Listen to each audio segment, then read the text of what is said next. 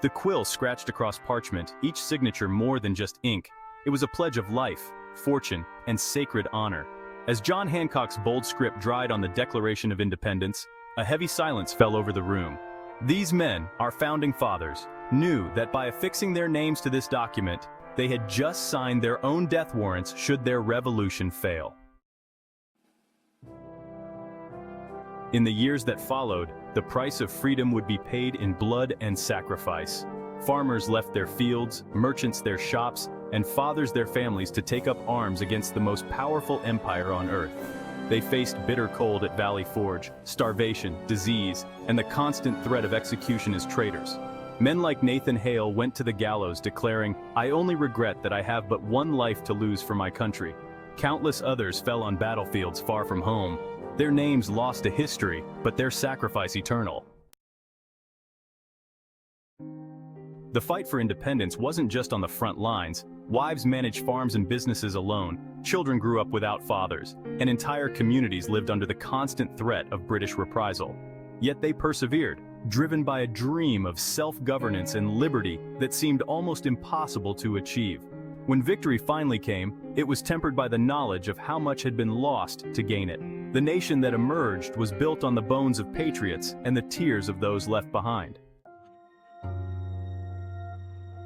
Now we must ask ourselves, would our current crop of politicians risk everything, their wealth, their safety, their very lives, for the ideals of our nation? Would they stand firm in the face of certain death for the principles they claim to uphold? And what about us, the inheritors of this hard-won freedom? How many of us would leave behind our comfortable lives, our families, and all we hold dear to fight for a cause greater than ourselves? Would we have the courage to pledge our lives, our fortunes, and our sacred honor as our forebears did? These are difficult questions without easy answers. But perhaps by reflecting on the immense sacrifices that bought our freedom, we can gain a deeper appreciation for the liberties we enjoy and the responsibility we bear to preserve them for future generations. Indeed, we've lived in an era where freedom has been the norm, not the exception. Our children and grandchildren have grown up in a world where liberty is taken for granted, like the air we breathe. They've never known the yoke of colonial rule, the fear of speaking out against a monarch, or the inability to choose their own path in life. Our ancestors, on the other hand, lived under the constant shadow of external control. They knew intimately what it meant to be subjects rather than citizens, to have their destinies shaped by distant powers, with little regard for their wants or needs. This stark contrast between oppression and freedom fueled their revolutionary spirit and gave them the courage to risk everything for a better future. But comfort can breed complacency.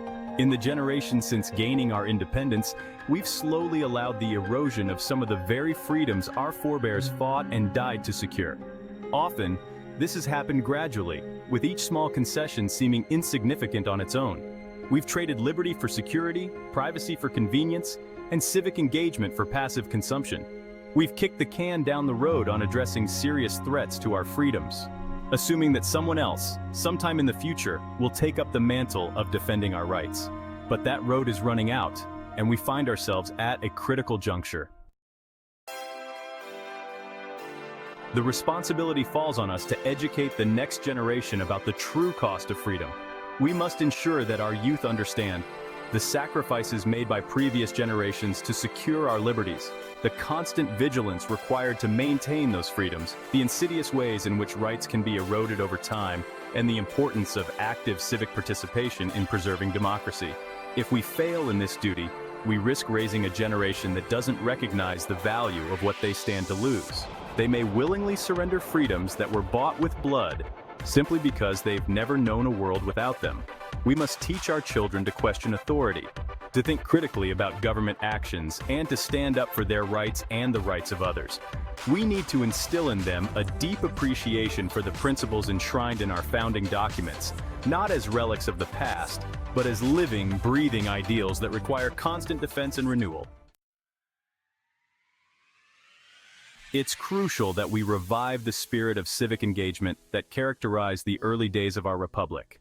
This means encouraging young people to participate in local government, to stay informed about political issues, and to make their voices heard through voting and peaceful activism. The fight for freedom is never truly won. It must be waged anew by each generation.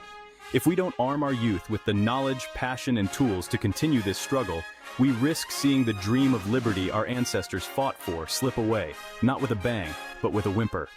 Let us commit to honoring the legacy of those who came before us by ensuring that the flame of freedom burns brightly in the hearts and minds of those who will come after. Only then can we hope to preserve the precious gift of liberty for generations to come.